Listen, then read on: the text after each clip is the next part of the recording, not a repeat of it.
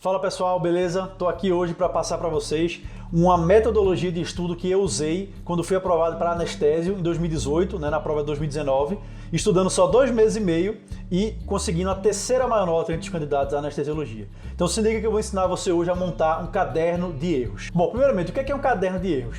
É um lugar onde você vai anotar, e aí pode ser na mão, pode ser no computador, no Word, o que você quiser, os principais erros que você comete durante a resolução de questões.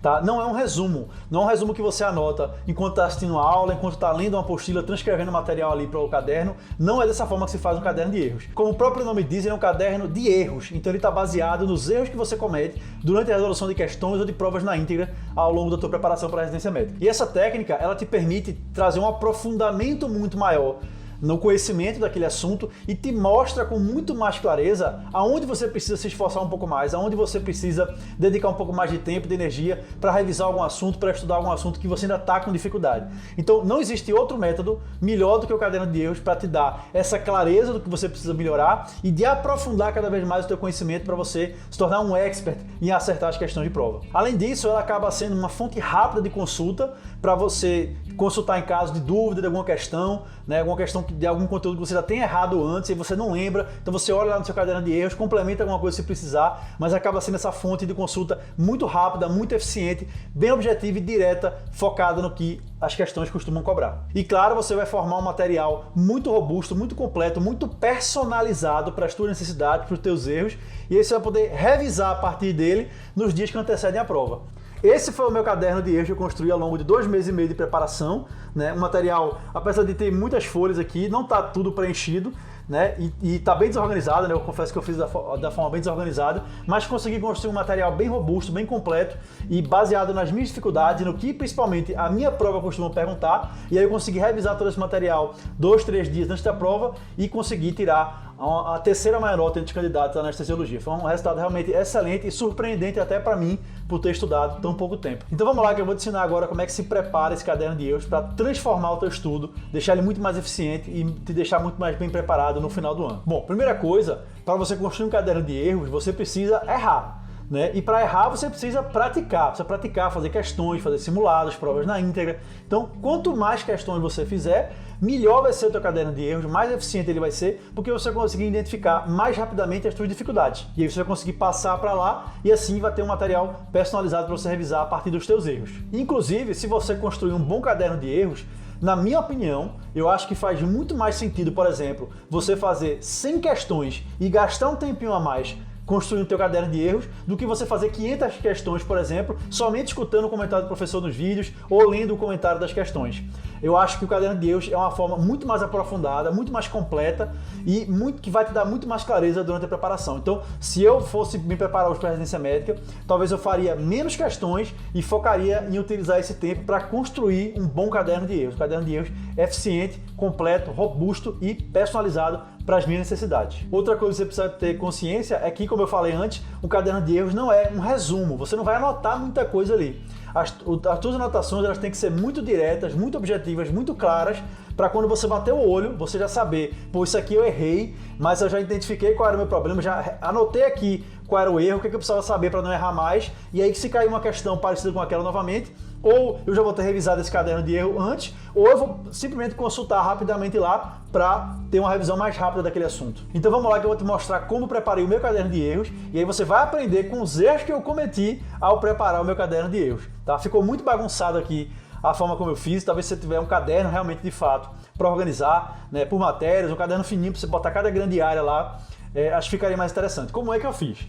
Como eu tinha pressa e eu não tinha muito tempo, eu também não sou muito organizado, eu saí pegando folhas de papel ofício e saí anotando as coisas. Por exemplo, cirurgia, eu tinha um caderninho desse, um bloco grampeado de papel desse para cirurgia, outro para GO, outro para preventiva, para cirurgia e para clínica médica. E aí eu simplesmente, sempre que surgia uma dúvida, eu anotava, Então esse aqui era o caderno da pediatria, por exemplo. Então se eu estava fazendo uma prova de pediatria, eu anotava aqui o meu erro que eu cometia e à medida que ia preenchendo as páginas, eu ia pegando outra página e ia fazendo, outra página e ia fazendo. Quando eu achava que algum assunto ia precisar preencher mais coisas, que eu ia ter mais dúvidas, eu deixava aqui um espaço maior para preencher.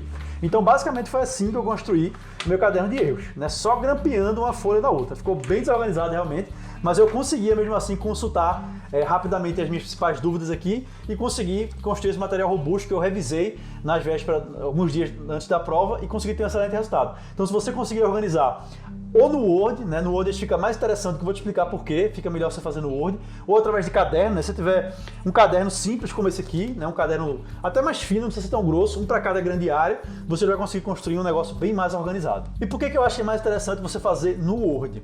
Porque quando você faz no Word e você começa a colocar os teus erros ali repetidamente, você vai ver que em algum momento aquele conteúdo referente aos erros que você vinha cometendo frequentemente, ele não vai mais acontecer. Porque você já preencheu tanto ali, você já revisou tanto aquilo ali, que aquele conteúdo ele já fixou na tua cabeça. Você não erra mais questões daquele assunto. Então ela não precisa estar no teu caderno de erros. E aí você pode ir no Word simplesmente ir lá deletar aquela parte e acabou. E aí você vai enxugando o teu caderno de erros, deixando ele cada vez mais enxuto, né, para você ter um material mais objetivo, mais focado realmente nas suas dificuldades, para você revisar ou semanalmente, ou mensalmente, ou mais perto da prova, dependendo da tua frequência de revisões. Então eu vou te mostrar agora como é que eu preenchi meu caderno de erros, baseado nos erros que eu cometia, que eu identificava nas questões, tá? Como é que eu transcrevia esse erro para o meu caderno de erros, e aí teria um material mais enxuto, mais personalizado para estudar. Como eu falei, precisa ser uma coisa rápida, direta, não é para você escrever resumo, não é para você fazer textão, é bem direto mesmo. Exemplo aqui, caderno de pediatria, tá? Meu bloquinho de pediatria, como é que eu fazia? Então, no começo eu tinha muita dúvida em relação a FIDEO2 que eu daria para reanimação neonatal daquele RN que tinha mais ou menos de 34 semanas. Então eu me confundia muito nisso aí. É 21%, é 30%, como é que era? Então eu simplesmente anotava aqui, ó, reanimação neonatal. VPP 30% se menor que 34 semanas e se maior ou igual a 34 semanas faz 21%.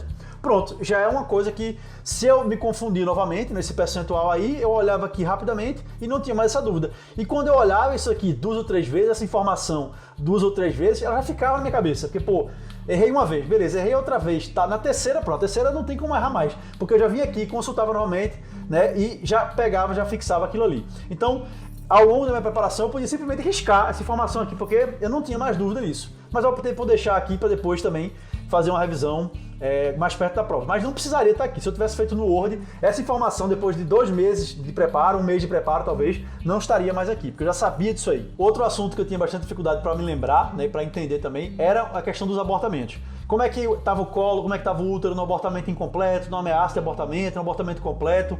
E eu sabia que isso caía bastante na prova que eu prestei, né, que foi a da CSPE. Então é uma coisa que cai bastante, que eu identifiquei ao fazer as questões e que eu ainda tinha dificuldade. Então eu transcrevi aqui simplesmente uma tabelinha, né? Então, por exemplo, aqui, ó, ameaça de abortamento, o colo vai estar fechado e o útero vai estar tamanho aumentado, né? Porque o feto ainda está lá, o concepto está lá. Por exemplo, aqui, no abortamento retido, né, o colo vai estar fechado, porque o abortamento está retido, e o útero pode estar maior ou menor em relação à idade gestacional. Se tiver, por exemplo, 25 semanas e o útero está pequenininho, é possível a gente ter ali um abortamento retido, né? E o colo vai estar fechado porque ele vai estar retido, obviamente. Um abortamento inevitável, né? Então, inevitável. O colo vai estar aberto porque já está saindo ali o concepto, é inevitável, mas ele ainda não saiu, então o útero vai estar grande, né? Vai estar, talvez, de acordo com a idade gestacional. Então, basicamente, assim, coisa bem direta mesmo, tentava ser o mais objetivo possível, o mais direto possível dessas informações para, quando eu batesse o olho novamente, eu já saberia, já tiraria aquela dúvida pontualmente. É lógico que hoje, no médico residente, a gente tem mnemônico para decorar os tipos de abortamento, né? Tem a malícia, tem as regrazinhas que a nossa professora Aline criou. Mas na época eu não tinha isso, né? Então eu me virava como eu tinha. Eu simplesmente tentava colocar no caderno de erros de forma mais clara, objetiva e direta possível, para eu só botar o olho ali e eita, puxa, lembrei que é assim. Pronto. Aí 2, 3 vezes dessa forma eu já não errava mais, já podia simplesmente eliminar aquele conteúdo do meu caderno de erros. Outra coisa agora dentro da preventiva, que eu também tinha bastante dificuldade no começo para decorar isso aqui, né? Não lembrava. Essas coisas eu tinha estudado a última vez em 2013. Né, quando eu aprovei para clínica médica. E só fui estudar para acesso direto novamente em 2018, né, quase 5, 6 anos depois aí. Então muita coisa realmente eu não lembrava, de GO, pediatria, de preventiva. Então, classificação de Schilling, que hoje para mim é besteira, né, já consigo entender perfeitamente. Na época que eu estava voltando a estudar, ainda era uma novidade. Então, ó, você colocava aqui bem direitinho, ó, classificação de Schilling 1, o trabalho e a causa. Colocava um exemplozinho aqui para ficar claro. Classificação de Schilling 2, o trabalho contribui, mas não é necessário, né? Colocava aqui uns exemplos também. E 3, classificação de Schilling 3, o trabalho é um agravador de uma doença já pré-existente, como a asma, por exemplo. Então, era bem direta a informação, né? Eu tentava ser o mais enxuto possível, o mais objetivo possível, para não ficar um resumo, né? Uma coisa muito grande, muito extensa, e eu não ter como revisar esse material depois. Porque não adianta nada você construir um caderno de erros se você não vai revisar isso aí depois, tá? É lógico que quando você vai consultando, à medida que as questões vão aparecendo e você vai vendo, ele vai ajudando, né? Você a memorizar e a lembrar. Agora, lógico que vai ter situações em que você vai precisar, vai ter um pouco mais de trabalho, alguns assuntos realmente são mais trabalhosos para decorar. Por exemplo, estadiamento e câncer de colo uterino, né? Dá um pouco mais de trabalho, você precisa voltar ali às vezes, mais vezes, talvez 2 ou 3 vezes só, não seja suficiente para você reter toda aquela classificação, e aí você volta durante as questões que você erra, você usa para consultar esse material, e também você revisa semanalmente, mensalmente, o caderno de erros a cada 15 dias, né? E que também, como eu fiz na véspera da prova, né? Alguns dias antes da prova, já fica um material muito completo, uma consulta muito completa, né? E baseado no que as questões costumam cobrar e nas tuas dificuldades. Então, eu acho hoje em dia, apesar de eu só ter usado na última vez que eu fiz prova, eu acho que isso aqui é um dos métodos de estudo mais eficientes que existe, você construir um caderno de erros. Aí um detalhe também que eu esqueci de falar, no caderno de erros você não vai escrever aquilo que você já sabe. Eu falei antes, né? Se você já entendeu o negócio, não precisa ficar mais consultando, já sabe aquilo ali, de preferência apaga aquilo do teu caderno de erros. E pensando dessa forma, se você já sabe alguma coisa, você não vai anotar lá só para mostrar que eu sei, só para confirmar que eu sei, né? Para preencher lá. Não precisa disso. Caderno de erros não serve para isso. Se você for ficar anotando coisas ali que você já sabe, você vai ter uma maçaroca de papel ali no final do ano, você não vai conseguir revisar aquele conteúdo. Então ele tem que ficar o mais enxuto, o mais objetivo e o mais focado possível nas tuas dificuldades. Dificuldades. Se você tem facilidade, se você domina aquele negócio, não adianta você passar para o teu caderno de erros. Você vai só perder tempo, você vai só encher o teu material e vai ter mais dificuldade para revisar aquilo ali no final do ano. Então é isso aí, pessoal. Espero que vocês tenham aprendido a preencher o caderno de erros. Espero que vocês comecem a fazer de forma mais organizada do que eu fiz, né? Sem pegar um monte de papel ofício aqui e grampear. Compra um caderninho organizado assim, como esse aqui, né? Não precisa ser tão grande, pode ser até um caderno menor para cada matéria, para cada grande área. E aí vai construindo o teu material, né? Vai separando ali talvez por um post-itzinho, né? Entre algumas páginas, para você saber, por exemplo, na clínica médica, o que é endócrino, o que é nefro, o que é cardio, né? Talvez essa organização vai facilitar um pouco as tuas revisões e o teu estudo, né? E até a tua consulta. Se você quiser voltar lá rapidamente para consultar alguma dúvida, vai ficar mais fácil se você tiver essa organização. Eu tinha um pouco de dificuldade para achar as coisas aqui no meio da minha bagunça, mas já estou meio que acostumado com essa bagunça aí, e aí eu conseguia, né, com certa dificuldade, mas conseguia achar o que eu precisava. Mas a dica que eu dou para você é essa: organize direitinho o teu caderno de erros, dá tempo de você começar a fazer agora, né? A gente já está aqui talvez há 3, 4 meses, talvez um pouco menos para o início das provas.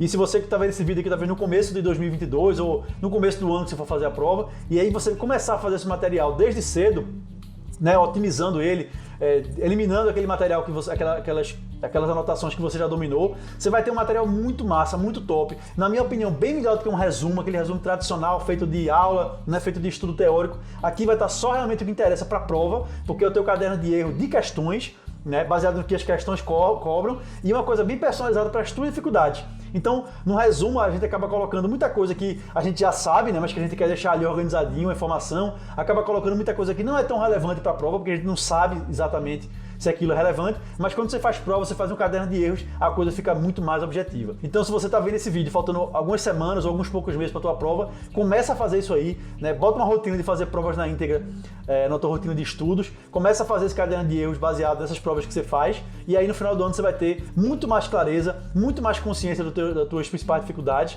né? Você vai ter sanado a maioria delas, das principais dificuldades, porque vai estar muito óbvio aqui para você quais são elas, e você vai ter no final do ano um material massa para revisar nas vésperas da prova, beleza? Ah, e não se esquece, tá? Se você gostou desse conteúdo aqui, já dá um gostei para o YouTube espalhar para mais pessoas esse conteúdo. Já se inscreve no canal para receber toda semana um vídeo como esse, além dos outros conteúdos que a gente coloca aqui, específicos para a prova, para a questão, para te ajudar realmente a revisar, a treinar e a aprender o conteúdo teórico para a prova. E compartilha para algum amigo teu também que está se preparando aí para a residência médica, que vai fazer prova esse ano ou no próximo ano e precisa conhecer a técnica do caderno de erros. Beleza, pessoal? Um abraço, nos vemos na próxima semana.